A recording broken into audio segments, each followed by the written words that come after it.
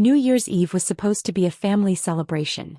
But instead, it became the night my own parents told me I wasn't good enough to be seen. Your brother's fiancé comes from an elite family, Dad whispered harshly. We don't want you embarrassing us. Stay home. I laughed at first thinking it was a joke. It wasn't. They hid me, literally, so the wealthy in-laws wouldn't meet the unaccomplished daughter. But fate had other plans. Because the moment I finally stepped into that glittering mansion, the in-laws froze, stared at me. Then one of them screamed my name like they'd seen a ghost. What happened next stunned everyone. Stay with us. This amazing story will leave you speechless. Before we get started, hit like, share and subscribe and drop your location in the comments.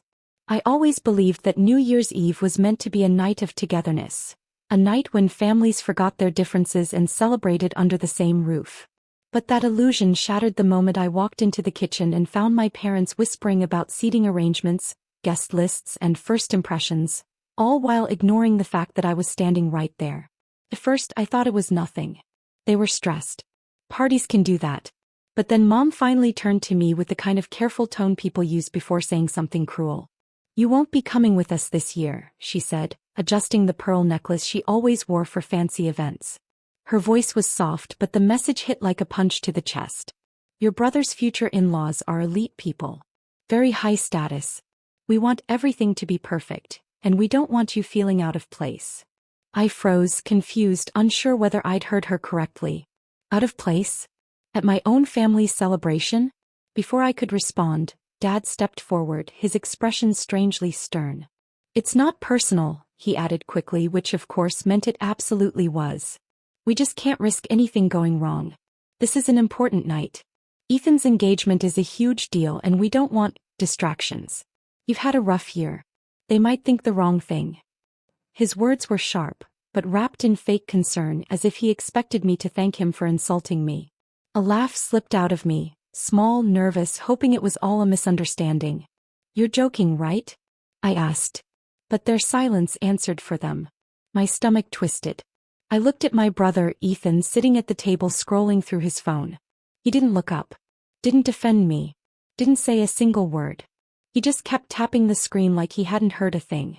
And maybe that hurt even more than what our parents had said. Because out of everyone he was the one I expected to speak. Mom continued fussing with decorations, pretending the conversation was over. It's just one night, she added coldly.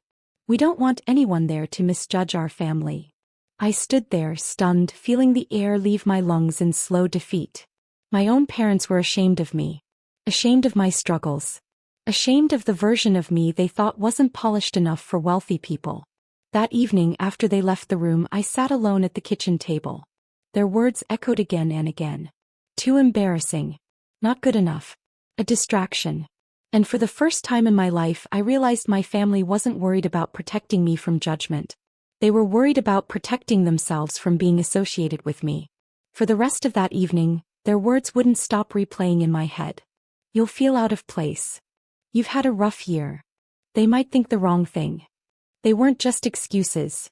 Each one was a quiet reminder of everything I had been through in the past 12 months. Everything my parents saw as flaws rather than battles I was still learning to survive. And the truth was, yes, I had faced one of the hardest years of my life. But instead of support, I got judgment dressed up as concern. Started with my job. I had spent 4 years working at a marketing firm that gradually transformed into a toxic mess. Long hours, impossible expectations, and a boss who treated employees like disposable tools. Leaving wasn't a choice. It was survival. But quitting meant losing stability. Stability my parents worshipped like a religion. They didn't care that my health had suffered, or that I'd spent nights crying from burnout. All they saw was that I had left a good job, as if a paycheck mattered more than sanity. After that, things spiraled slowly. I moved into a smaller apartment to save money. Sold my car.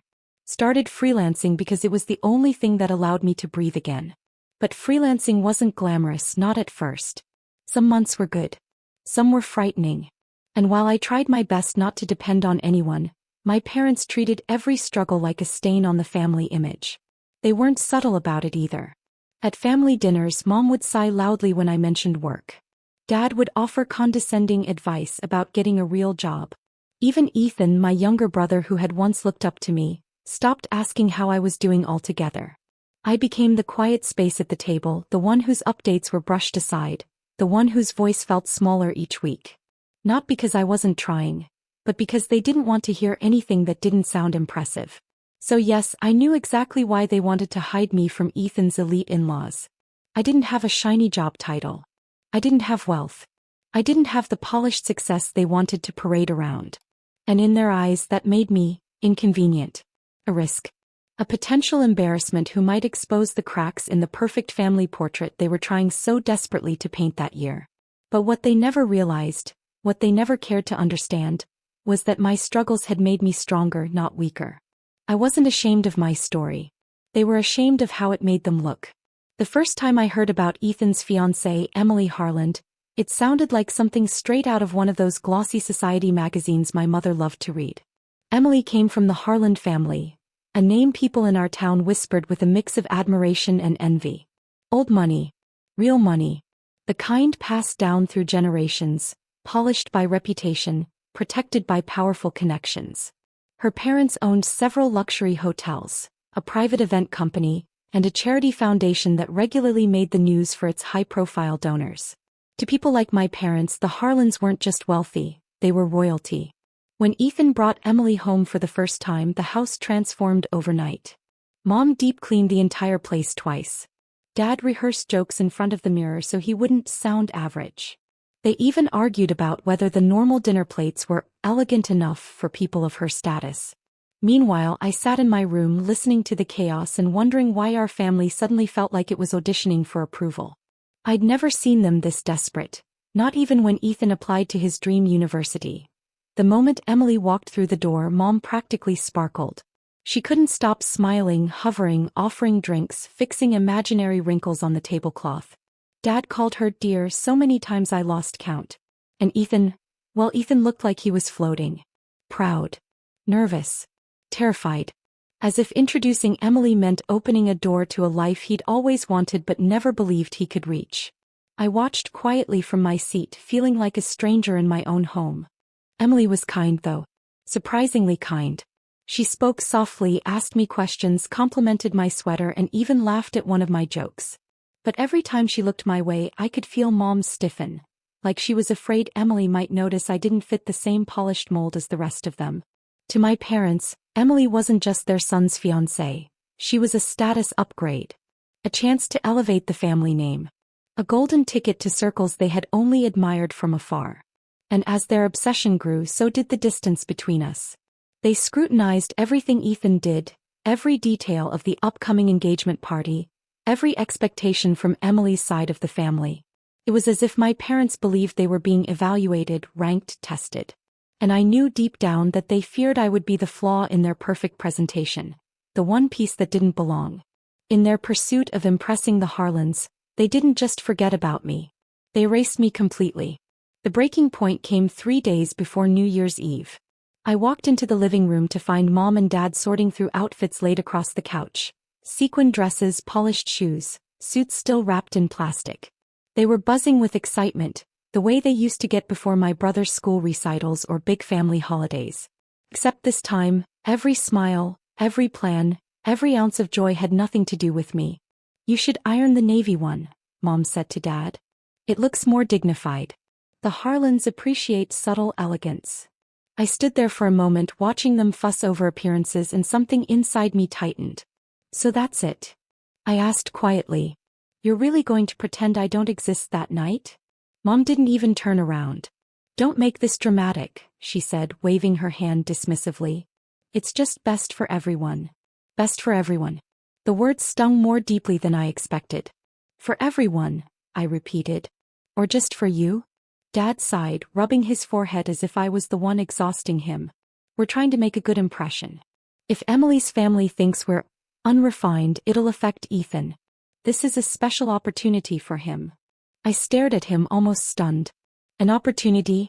Dad, this isn't a business deal. It's his engagement, his life. And I'm his sister. That's exactly why we're worried, Mom snapped suddenly, turning to face me. You're not stable right now. You quit your job. You're barely scraping by. You show up looking tired, wearing those cheap outfits, and you have that energy around you lately. We don't want the Harlans asking questions." I blinked, trying to process what she had just said. "So I'm what? Bad PR." "Don't twist my words," she said sharply, but the guilt flickering in her eyes told me she knew exactly what she meant. Something inside me cracked, quietly, painfully. "You know," I whispered, "when I was struggling this year, all I wanted was support. A little kindness. Instead, you made me feel like a disappointment." Dad folded his arms. "We're doing what's best for the family." A cold calm washed over me. "No," I said softly. "You're doing what's best for your image." For a long moment, none of us spoke. Then Mom turned away, signaling the conversation was over. "You're not coming." End of discussion. And that was it. The final push. I walked out of the room with my heart heavy but my decision made. If my own family couldn't see my worth, then maybe it was time I stopped seeking it from them. The house felt colder after that argument, like every room was echoing with the things we didn't say, the truths we tried to bury. I spent most of the next day alone in my apartment, trying to distract myself with work, cleaning, anything to avoid thinking about how easily my family had cut me out. But no matter what I did, the memories of their words tugged at me like frayed threads. Not stable. Embarrassment. Bad impression. Every sentence replayed on loop. I tried to convince myself I didn't care, but the sting was too fresh, too sharp. That afternoon, while I sat on my bed scrolling mindlessly through emails, a notification popped up on my phone. "Unknown number. You deserve to be there. Here are the details." Attached was a screenshot, the event invitation, the address of the Harlan mansion, and the exact time the engagement celebration would begin. My fingers froze. My heart stuttered. For a moment I just stared at the screen, unsure if it was real. Who would send this? And why? I read the message again, noticing something small but unmistakable. A tiny blue heart emoji at the end. Only one person used that exact emoji when texting me. My cousin Lily. She had watched everything unfold silently at family gatherings, always pulling me aside afterward to whisper encouragements, to remind me I mattered. But this was different. This was her taking a side, my side. And that simple act felt like a lifeline. Still, I wasn't sure what to do. A part of me wanted to delete the message immediately.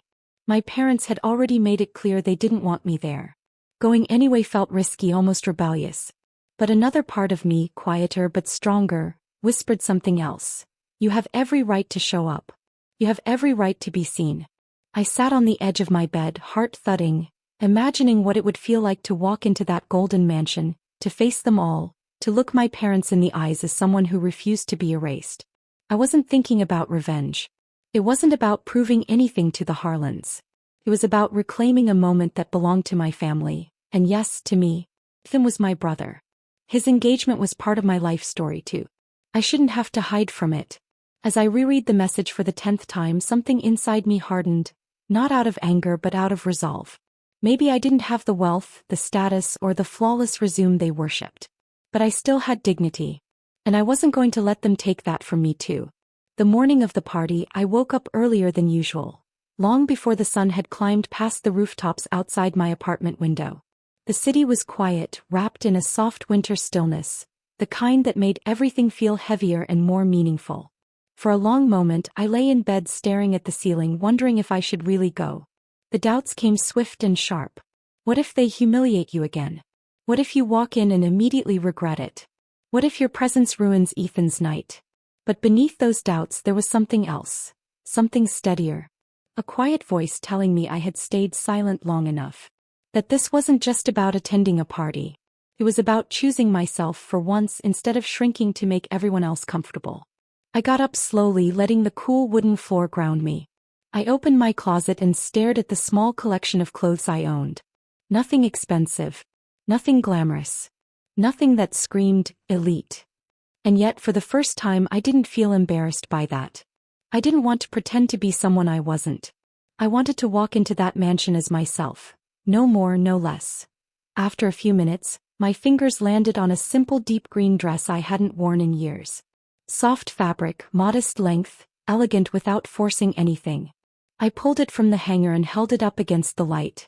It wasn't fancy enough to impress anyone from the Harlan family, but it made me feel calm, steady. And that was enough. I styled my hair in loose waves, applying makeup just lightly, enough to look awake, not enough to look like I was trying. This time the mirror didn't judge me. It didn't compare me to my mother's expectations or my father's silent calculations. It reflected someone who had survived a difficult year and was still standing. Someone who had every right to step into a room no matter who else was in it. Before leaving, I slipped a small silver ring onto my finger. A simple piece, a gift from my grandmother before she passed. Wear it whenever you feel small, she used to say. It'll remind you of who you really are. I took a breath, letting her words settle in my chest like armor. Then, with my coat on and my heartbeat steadying slowly, I picked up my keys. I wasn't walking into the Harlan mansion to impress anyone. I wasn't going to prove anything to my parents. I was going because I deserved to be seen. And I was finally ready to walk into the light, even if they didn't want me there. The Harlan mansion stood at the end of a long, winding driveway lined with lanterns that glowed like small golden stars against the cold winter night. As my car approached, I could already hear soft music drifting from the open doors. Something classical and elegant, the kind that instantly made you feel underdressed no matter what you were wearing.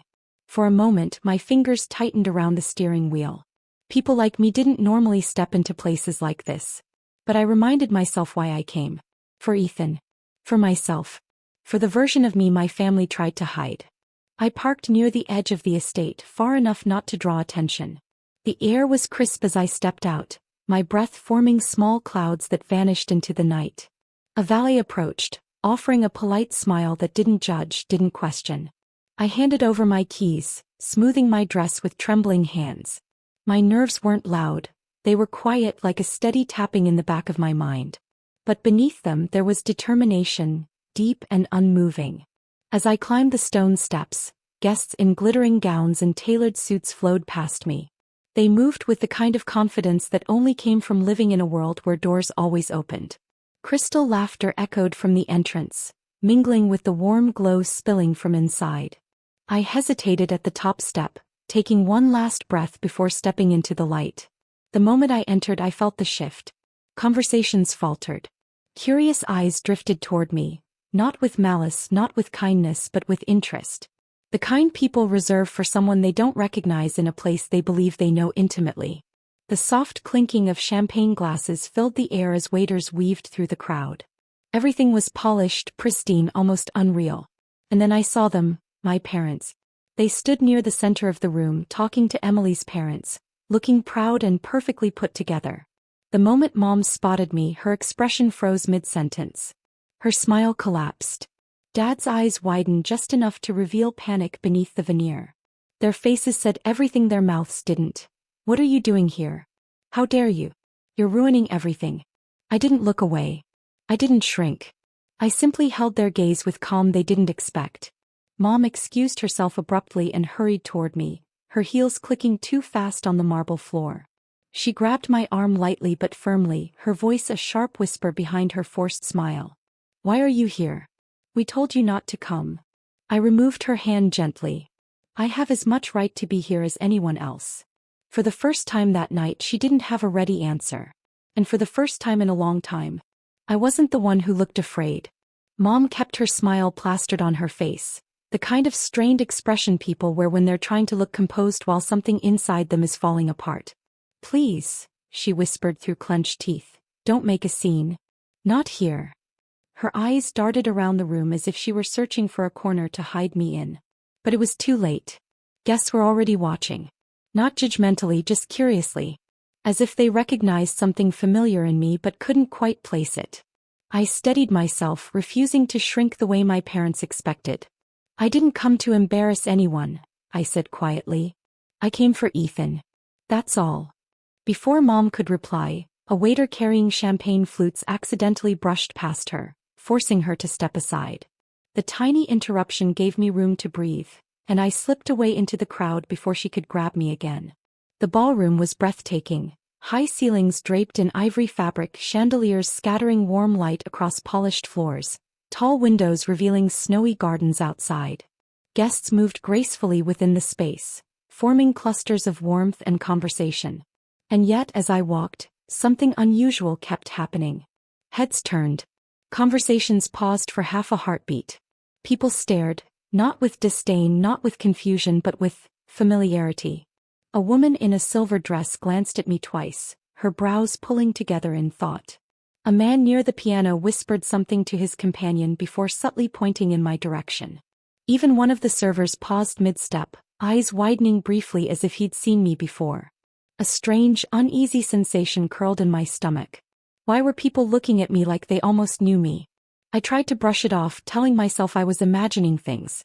After all, people like this were simply curious by nature. They enjoyed knowing who everyone was. But the looks weren't the usual polite curiosity seen at social events. These were sharper, more focused, like puzzle pieces slowly clicking into place. Then, near the far corner of the room, a woman in her early 50s, graceful, elegant, unmistakably from the Harland family, stopped mid-conversation when her eyes met mine. Her lips parted slightly. Her face paled. She took a small, involuntary step forward, as if pulled by recognition so sudden it startled her. Before she could reach me, someone tapped her shoulder, breaking her gaze, but the shock on her face lingered. My pulse quickened. I hadn't done anything. I hadn't spoken to anyone. And yet somehow in a room full of powerful, wealthy strangers, I felt like a secret waiting to be discovered. Trying to steady my breathing, I drifted away from the crowded ballroom and slipped into a quieter hallway leading toward the back of the mansion. The noise softened behind me. Laughter fading, music turning into a distant hum. Here, everything felt calmer, lined with warm lighting and a series of elegant frames displayed along the wall. At first glance, they looked like typical family portraits. Vacations, charity galas, childhood milestones. But something about them drew me in, tugging at a strange curiosity that had been simmering since guests began staring at me. I moved closer, studying the photographs one by one. They were beautiful, perfectly composed, capturing moments of a wealthy family's life. Emily as a child holding a golden retriever. Her parents shaking hands with public figures. Lavish fundraisers with crystal chandeliers and tables decorated like magazine spreads. But halfway down the hallway my footsteps faltered. There, in a large silver frame, was me. Not someone who looked like me. Not a distant resemblance. Me. Younger by several years, maybe early 20s, wearing a volunteer badge around my neck, standing beside a group of children outside a relief center. My hair was tied back the same way I always wore it when working, my smile tired but genuine. And beside me, standing with an arm around a laughing child, was a younger version of Emily's mother. My heartbeat thundered in my ears. I stepped closer until my breath fogged the glass. This had to be a mistake. A coincidence. But the girl in the photo was unmistakably me. The same eyes, the same smile, the same posture I had back then when I spent my weekends volunteering at a community outreach program years ago. I remembered that day vividly. A terrible storm had hit a nearby town, and the center had been overwhelmed with displaced families. I had shown up after work to help sort supplies, deliver food, and comfort the kids who were afraid to sleep alone. But I never knew anyone had taken a photo. I certainly didn't know it was displayed here, in a mansion belonging to one of the wealthiest families in the region. My fingers trembled as I traced the edge of the frame. Why was this here? Why did the Harlands keep it on their wall? And why had their guests looked at me like they'd seen a ghost long before I even found this picture? Behind me, footsteps echoed faintly from the ballroom, growing closer. I straightened, heart pounding. Whoever was coming wasn't walking casually. They were moving fast, almost urgently, as if they knew exactly where I had gone. And in that moment, standing in front of my own face frozen in a photograph on a stranger's wall, I realized this night was about to unravel in ways I never could have imagined. I turned away from the photograph just as the footsteps reached the entrance of the hallway. Emily's mother, Margaret Harland, stood there, breath uneven, eyes wide with the kind of shock people feel when they stumble upon something impossible. For a moment she didn't speak. She didn't blink. She only stared at me like she was staring at a memory that had suddenly stepped out of the frame. "You," she whispered, voice trembling. "It's really you." Her reaction startled me. I opened my mouth to respond, but before a single word came out, she closed the distance between us, not aggressively, but with a desperate urgency that made my heart race. "Do you remember this day?" she asked, pointing at the photograph behind me. Her voice cracked. "Do you know who you were standing next to?" I glanced back at the picture, then at her. I remember that storm, I said cautiously. I volunteered at the relief center for weeks. But I didn't know you were there. I didn't know this photo even existed.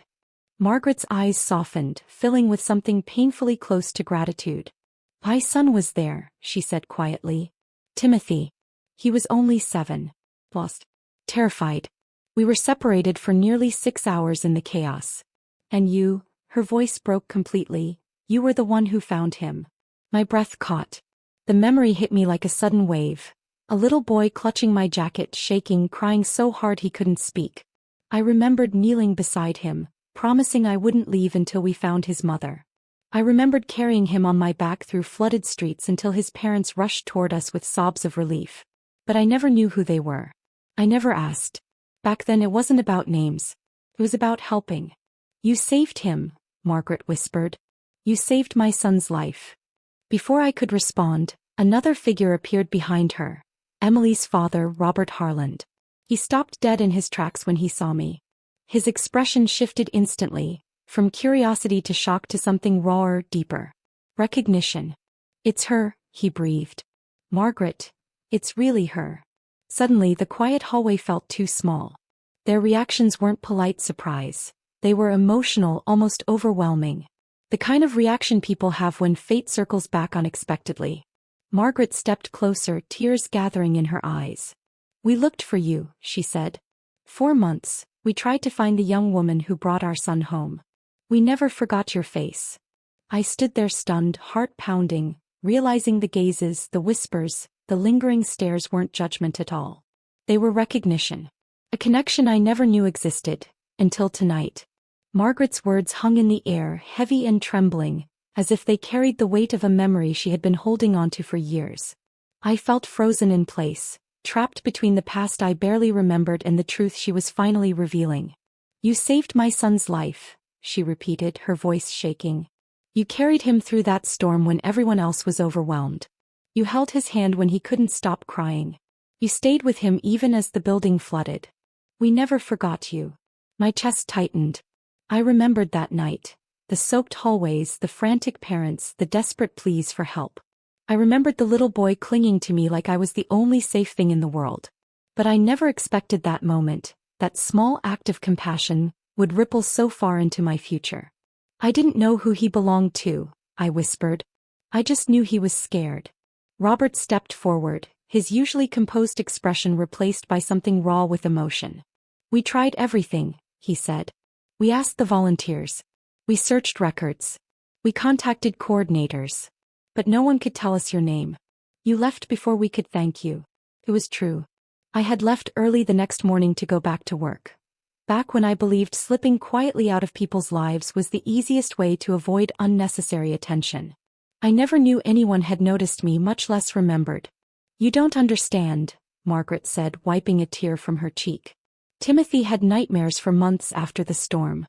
He still talks about the girl with the green sweater, who kept him calm. You're not just in a photo. You're part of our family's story. Her words hit harder than I expected. For years, I had been treated like the overlooked one, the inconvenient one, the family embarrassment. And yet here stood 2 of the most respected people in the room, looking at me as if I mattered more than I had ever been led to believe. You showing up tonight, Robert's voice softened. It feels like fate brought you back to us. A warmth spread through my chest, strange, unfamiliar, overwhelming. For the first time that night, the eyes on me weren't sizing me up. They were filled with gratitude, with recognition, with something my own parents had never shown me. Margaret reached out gently, her tone breaking. We owe you more than we can ever repay. And in that moment I realized something powerful. My parents had tried to hide me, but the Harlands saw me long before they ever did.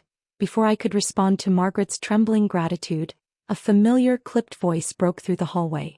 There you are. My mother's heels clicked sharply against the marble as she appeared, breathless, eyes darting anxiously between the Harlands and me. Dad trailed behind her, face tight with panic. They hadn't expected to find me here, surrounded, not rejected, not ignored, but welcomed. Margaret straightened, her expression shifting from warmth to something colder, sharper. You didn't tell us, she said evenly, that your daughter was this young woman. Mom's smile wavered. I'm not sure what you mean. Robert stepped forward, holding the photo he had quietly taken off the wall. He lifted it between them like evidence in a courtroom. "This," he said. "This is your daughter. The same woman who saved our son during the storm years ago." Dad's face drained of color. Mom blinked rapidly, searching for words that didn't come. It was such a long time ago. We didn't think it mattered." "Didn't matter?" Margaret's voice sharpened. "Your daughter saved a child's life. Our child's life. You never thought to mention it?" "Not once." The silence that followed was suffocating. Mom swallowed hard. Dad rubbed the back of his neck, avoiding eye contact as if hoping the floor would swallow him whole. Finally, Mom managed a strained laugh. "We didn't want to make a big deal out of it. But the truth hung between us, heavy and undeniable. They hadn't told the Harlans about me. They hadn't wanted to. They were ashamed, too focused on status, too afraid I might tarnish their perfect narrative." Margaret crossed her arms. "Your daughter is humble," she said firmly, "but we are not blind." She stepped beside me, placing a hand gently on my arm in silent solidarity. "Why would you hide this? Why would you hide her?" Mom opened her mouth, closed it, then whispered the truth they didn't want exposed. "We didn't think she would make the right impression tonight." The words cracked like glass. Robert's disappointment was visible. "You should be proud of her," he said. "Not hiding her like she's a liability." That hit harder than any insult. Mom's eyes pleaded with me silently, but I couldn't help her. Not anymore. Not after everything. For years they'd made me believe I wasn't enough. But here I stood in a hallway with people who saw my worth before I even understood it myself. And in that moment, watching my parents shrink under the weight of their own choices, I realized something painful, yet freeing. Their shame had never been about me. It had always been about themselves. Margaret gently motioned for me to follow her into a smaller sitting room off the hallway. A warm, softly lit space filled with velvet chairs and shelves of old books. The noise of the party faded behind us, replaced by a quiet stillness that felt strangely intimate. Robert closed the door behind him, not in secrecy but in respect, as if creating a safe space just for this conversation. I stood there uncertain, unsure what they wanted from me, or what I was supposed to say after a revelation so powerful it had shaken the entire night. Margaret sat down slowly, her eyes never leaving mine. "I know this must be overwhelming," she began gently, "but we've waited years for the chance to thank you properly." Her voice carried the weight of sincerity, the kind you couldn't fake even if you tried. "You didn't just rescue Timothy from a flooded building. You gave us hope in the middle of chaos. You carried him through knee-deep water. You kept him warm with your own jacket. He still remembers the lullaby you sang." My breath caught. I remembered the boy's trembling shoulders, his red nose, the way he cried for his mother. I had hummed softly to calm him, thinking he wouldn't remember something so small. But he had. Robert leaned forward, his tone deep and steady. "We always wanted to find you. Not for publicity. Not for charity. But because gratitude sits on your heart like a stone when you can't give it to the person who deserves it." He paused, letting the silence settle. "And because we knew, people like you change lives quietly, without expecting anything in return." I didn't know what to do with their kindness. My parents' words from earlier still echoed. Embarrassment, out of place. Bad impression. And hearing the Harlans speak so differently about me created a strange ache in my chest.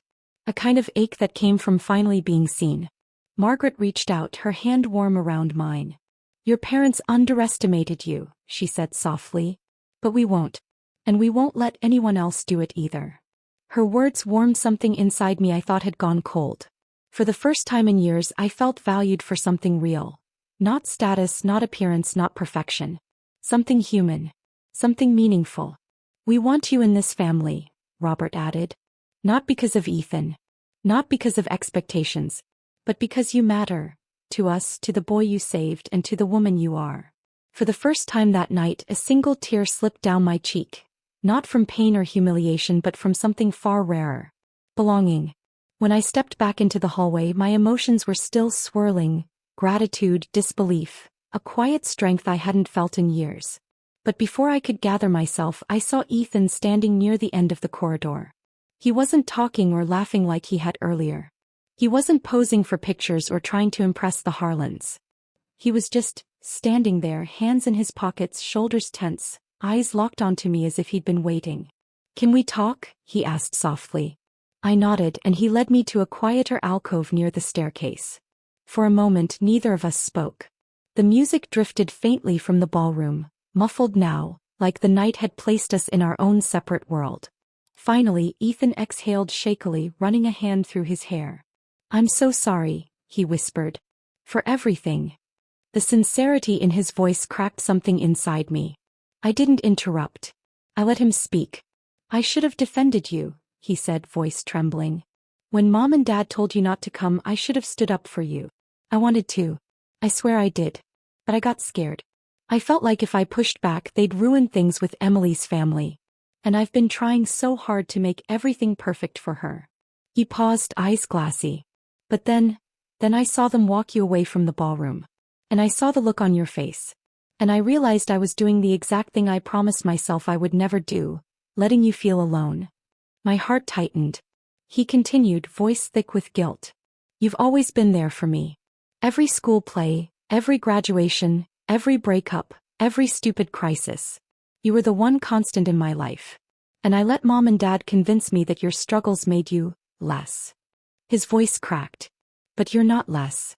You're the strongest person I know." I swallowed hard, emotions building in my chest. "Ethan." "No," he said, shaking his head. "Let me finish." His eyes filled with regret. "You're my sister. My best friend. And I didn't just let them erase you tonight. I helped them do it." A tear slid down his cheek. He didn't wipe it away. "I don't deserve your forgiveness," he whispered, "but I'm asking for it anyway. I want you in my life. I want you at my wedding. I want you standing beside me. And I promise, this time I'll fight for you the way you've always fought for me." His voice broke completely. And for the first time all night I realized something important. I hadn't lost my brother. He had just finally found his way back to me. For a few moments after Ethan's apology, neither of us moved. The hallway felt still, suspended between everything that had happened and everything that was about to change. I wiped a tear from my cheek, not out of sadness but out of something gentler, relief. For the first time in a long time, my brother wasn't following expectations or family pressure. He was choosing me. And that alone made the night feel different, softer, almost rewoven. "I forgive you," I said finally, my voice quiet but steady. "But more than that, I'm proud of you for saying it." His shoulders dropped, tension melting away. He pulled me into a firm, desperate hug, the kind we used to share as kids after tough days. When he let go, his eyes were clearer, his heartbeat no longer frantic. "Let's go back," he said. "Together this time." And we did. The ballroom looked different when I stepped inside again. Not because anything had changed physically, but because everything inside me had shifted. Heads still turned, whispers still fluttered through the air, but now I understood the reason behind the looks. Not judgment. Recognition. Respect. Gratitude. Emily spotted me almost instantly. She rushed forward, her face lighting up with a warmth that wasn't forced or polite. It was genuine. "You're the girl from the photo," she said softly, almost in awe. "The one who saved Timmy." Before I could respond, Margaret and Robert joined her, positioning themselves beside me as if I belonged there all along. My parents stood several feet away, stiff, pale, unsure whether to approach or retreat. For once, their social confidence failed them completely. Robert raised a glass. His voice carried gently through the room. "There is someone here tonight who unknowingly changed the course of our family's life years ago. Someone who showed courage when chaos took over. Someone we are honored to welcome, not as a guest but as family." People turned. Faces softened. Applause rose like a warm wave. My parents looked stunned, caught between pride and shame, regret and realization. And in that moment I understood something important. Their actions had never been about my value. They had been about their fear of losing control over an image they had built. An image that no longer mattered. Later, as the night slowly shifted into laughter, music, and a sense of belonging I hadn't felt in years, I slipped outside onto the balcony. The cold air wrapped around me, crisp and comforting. For the first time, I wasn't standing in the shadows of my family expectations. I wasn't the overlooked one. I wasn't the hidden daughter. I was simply myself, seen, appreciated, and finally enough. And as fireworks burst into the night sky, painting everything in bright, defiant color, I realized something quietly powerful. Sometimes life doesn't give you a new beginning. Sometimes, you walk into it yourself.